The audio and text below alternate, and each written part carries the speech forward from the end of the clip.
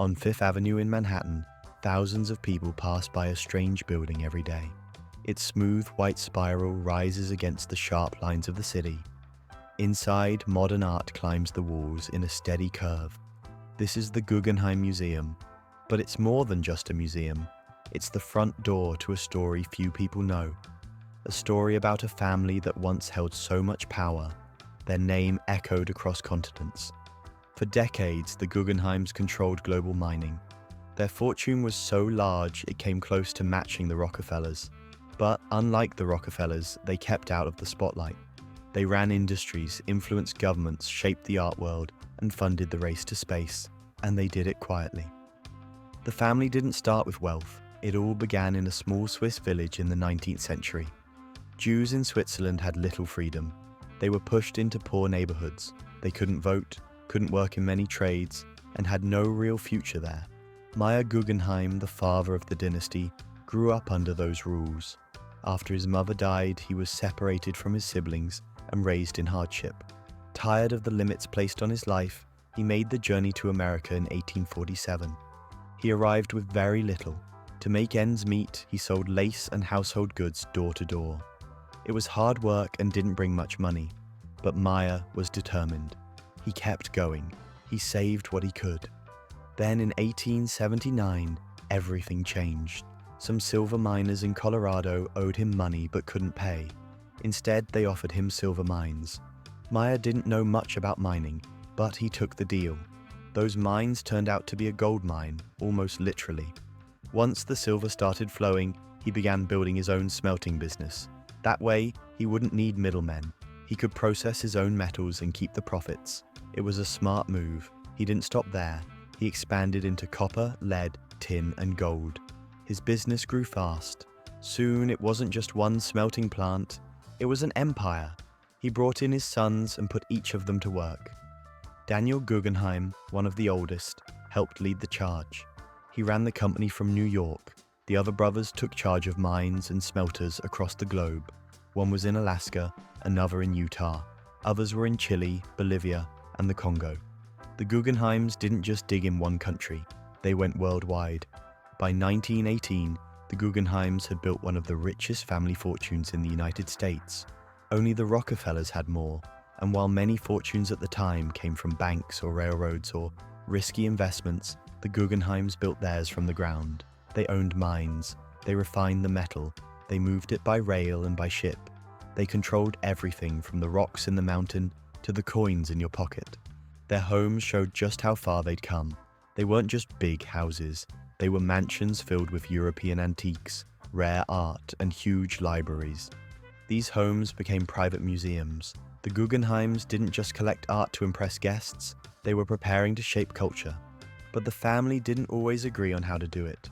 Solomon Guggenheim, one of Meyer's sons, had a different idea. While his brothers focused on business, he fell in love with modern art. He started collecting it, even though most people didn't understand it. Some of the paintings looked like scribbles. Others had no clear shape. But Solomon believed it was important.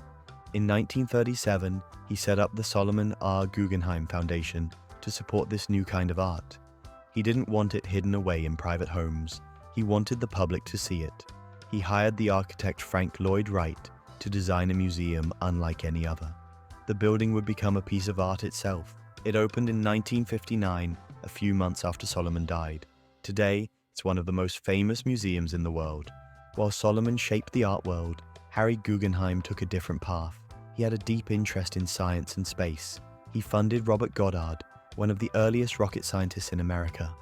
Most people thought rockets were a joke at the time. Harry didn't. He gave Goddard money for years, long before NASA existed. That support helped lay the foundation for space travel. Harry also started a newspaper.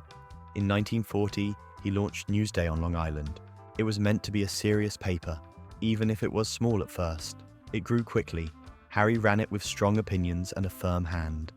When he passed control to his wife Alicia, the two didn't see eye to eye. Their political views clashed. Eventually, he fired her. It was a messy chapter, but it showed just how much the Guggenheims wanted to shape the world, not just through money, but through ideas. Then there was Peggy Guggenheim. She was unlike the others. Peggy didn't care about business or politics. She cared about art. Not in the quiet, polite way of her uncles. She dove headfirst into the wild art scene of Paris in the 1920s and 30s. She lived with artists. She dated them. She collected their work when nobody else would. People thought she was strange. She didn't care. When the Nazis invaded France, Peggy risked everything to save her art. She smuggled pieces across the border to keep them safe. Later, she opened her own museum in Venice, where her collection still draws crowds today. Peggy had a sharp eye for talent. She supported Jackson Pollock before anyone else did. She wasn't trying to make money. She was building a movement. In the span of 2 generations, the Guggenheims went from poor immigrants to global tastemakers. They built the biggest mining empire of their time. Then they stepped away from the mines and stepped into museums, universities, newspapers, and rocket labs. But their past wasn't always clean. Mining is dangerous work. The people who did the digging weren't Guggenheims. They were laborers in Bolivia, Chile, and Congo. They worked in harsh conditions for low pay. Strikes and protests followed.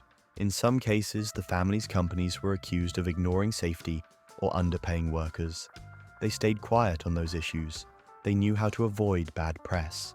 Even in the United States, the family faced criticism. Unions clashed with their companies. Newspapers raised questions about how much control they had over entire industries. But none of it stopped the machine. The Guggenheims kept moving forward. As the years passed, they sold off most of their industrial businesses. They stepped away from smelting and mining, but the name stayed alive through philanthropy. The Guggenheim Fellowship, started in 1925, gave grants to thousands of scientists, writers, and artists. People like Zora Neale Hurston, Ansel Adams, and Linus Pauling all received support from the family's foundation. Museums in New York, Venice, and Bilbao still carry the name. Tourists take photos. They admire the buildings. Most have no idea that the walls were paid for with the profits of silver, gold, and copper pulled from the earth a century ago. The Guggenheims didn't chase fame the way others did. They didn't build a brand. They built influence. Quiet, careful, lasting influence. Their story just goes to show that real power often works in silence. It doesn't need headlines. It leaves behind museums instead of monuments, scholarships instead of slogans. They didn't just create wealth. They used it to change what the world sees, values, and remembers. From selling lace to shaping culture, from mining ore to funding modern art, the Guggenheims engineered a transformation few families ever achieve. Their legacy asks us to think about what really lasts.